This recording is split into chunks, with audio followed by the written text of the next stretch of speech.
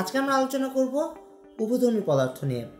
উভধর্মী পদার্থ তারাই যারা H+ গ্রহণ এবং H+ বর্জন উভয়ই করতে পারে।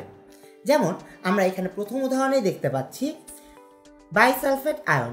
বাইসালফেট আয়ন যখন H+ গ্রহণ করে তখন সেটি H2SO4 এ পরিণত হয় এবং বাইসালফেট আয়ন যখন H+ আয়ন বা বর্জন করে তখন সেটি সালফেটে পরিণত হয়। এখন একটু খেয়াল করি, যখন একটি আয়ন H+ গ্রহণ করে তখন সেটি তার অনুবন্ধী অম্লতে পরিণত হয়। সুতরাং H2SO4 বাইসালফেটের অনুবন্ধী অম্ল। এবং একটি আয়ন যখন H+ বর্জন করে সুতরাং সেটি ক্ষারকে পরিণত হয়। সুতরাং সালফেট আয়ন হবে আমার বাইসালফেট আয়নের অনুবন্ধী ক্ষারক। অনুরূপভাবে আমার বাইকার্বনেট আয়নও H+ গ্রহণ করে কার্বনিক অ্যাসিডে পরিণত হয় এবং বাইকার্বনেট আয়ন H+ বর্জন করে কার্বনেটে পরিণত হয়।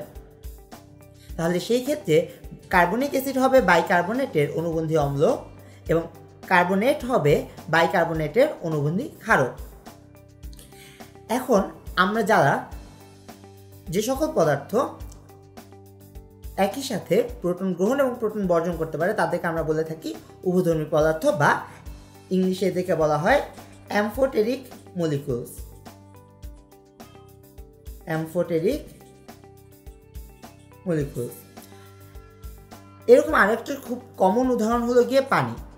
পানি একই হারে একই সাথে প্রোটন গ্রহণ এবং প্রোটন বর্জন উভয়ই করতে পারে। পানি যখন প্রোটন গ্রহণ করে থাকে তখন সেটি পরিণত হয় হাইড্রোনিয়াম আয়ন এবং হাইড্রোনিয়াম আয়ন হলো পানির অনুবন্ধী অম্ল। এবং পানি যখন এই প্রোটন গ্রহণ করে প্রোটন বর্জন করে থাকে তখন সেটি পরিণত হয় হাইড্রোক্সাইড আয়নে। এখন একটা কোশ্চেন আসতে পারে যে পানি কখন অ্যাসিড হিসেবে কাজ করবে বা কখন সে প্রোটন বর্জন করবে এবং কখন সে প্রোটন গ্রহণ করবে। যখন পানি একটি শক্তিশালী অ্যাসিডের সাথে থাকবে তখন সে আচরণ করবে ক্ষার হিসেবে, তার মানে তখন সে প্রোটন গ্রহণ করবে। এবং পানি যখন একটি শক্তিশালী ক্ষারের সাথে থাকবে তখন সে প্রোটন বর্জন করে হাইড্রোক্সাইড আয়নে পরিণত হবে।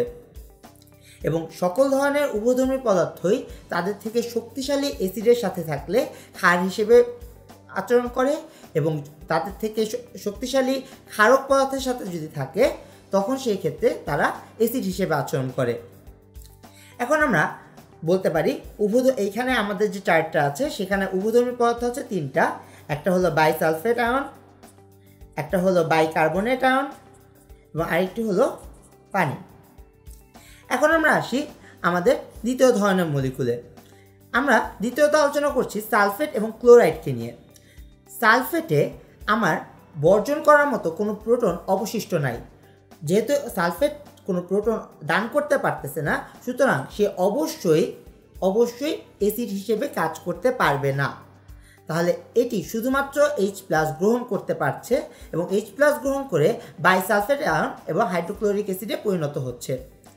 যেহেতু এরা শুধুমাত্র অ্যাসিড গ্রহণ করতে পারে সুতরাং তাদের শুধুমাত্র অনুবন্ধী অম্ল থাকবে এবং যাদের অনুবন্ধী অম্ল থাকবে শুধুমাত্র অনুবন্ধী অম্ল থাকলে তারা ক্ষারীয় পদার্থ। সুতরাং আমরা ক্ষারীয় পদার্থের ক্ষেত্রে বলতে পারি সালফেট আয়ন এবং ক্লোরাইড আয়ন।